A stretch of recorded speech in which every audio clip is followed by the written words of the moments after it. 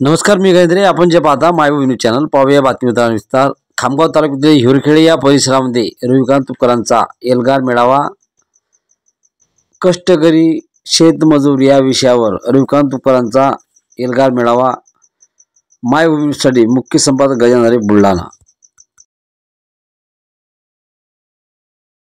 कौन है तेरे लश्कर के मुकाबिल, मैं अकेला हूं मगर फैसला मैदान में होगा मरता कौन है, फैसला मैदान में होगा मरता कौन है. धन्यवाद. मला अजून अटाळीला सभेला जायचंय. ज्या ज्या युवकांना अटाळीला माझ्याबरोबर सभेला यायचंय त्यांनी चला.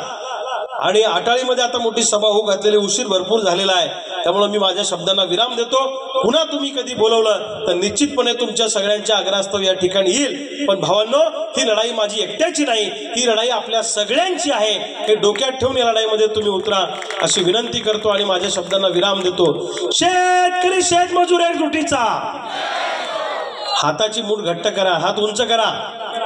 सौरभ, हाताची मूठ घट्ट करा, हात उंच करा. चला, लाज नका वाटू देऊ. हात उंच करा, हाताची मूठ घट्ट करा. एकी दाखवा आपली वज्रमूठ. शेतकरी शेतमजूर एकजुटीचा, सोयाबीन कापसाला भाव, हक्काचा पीक विमा, नुकसान भरपाई कोण म्हणतो देणार नाही. मेंढपाळांना चराई क्षेत्र, मेंढपाळांना चराई क्षेत्र, धनगरांना आरक्षण कोण म्हणतो देणार नाही.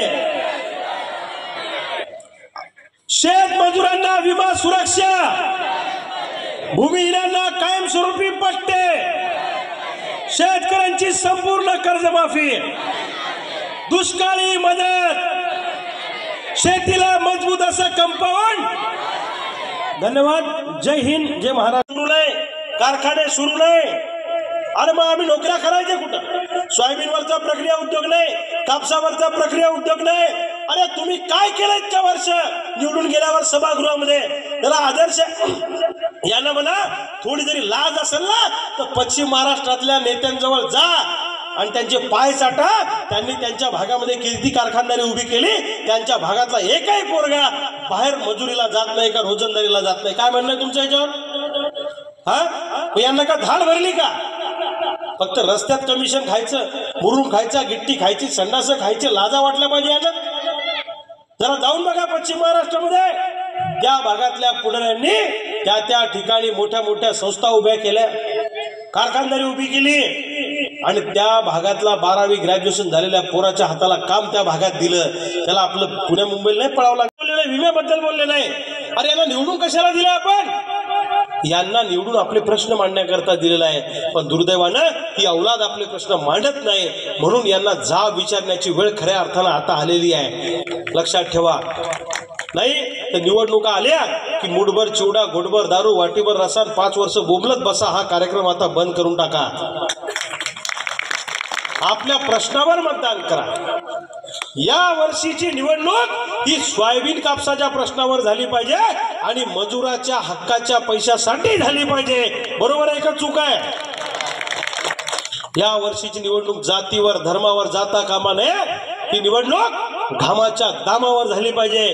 क्या रे, जो किसानों की और खेत मजदूरों की बात करेगा वही देश में राज करेगा. हा निर्णय तुम्हाला सगळ्या शेतकऱ्यांना घ्यावा लागणार आहे. बरोबर आहे का चूक आहे?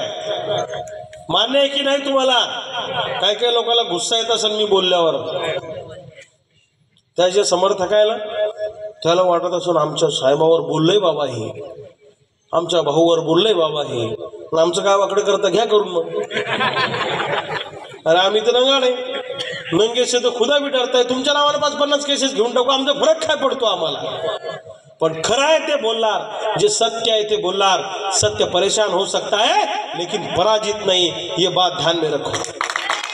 अरे काय या जिल्ह्याची अवस्था करून ठेवली या पुढाऱ्यांनी. शेतकरी मारला, शेतमजूर मारला. अरे आमचा पोरगा ग्रॅज्युएशन झाला की त्याला जॉब मिळत नाही. इथं MIDC मध्ये फॅक्टऱ्या नाहीत पाहिजे तशा. पोरगा 12वी ग्रॅज्युएशन झाला की कुठे जातो? पुणे मुंबईला जातो नोकरीला. बरोबर आहे का? आणि या जिल्ह्यामध्ये या पुढाऱ्यांनी आतापर्यंत फॅक्टऱ्या करायला पाहिजे होत्या. तो खामगाव जालना रेल्वे मार्गाचा प्रश्न तर आम्ही लहानपणापासून ऐकू थकलो. म्हणजे आता लोक तर 4दा तो मार्ग झाला असताना 4दा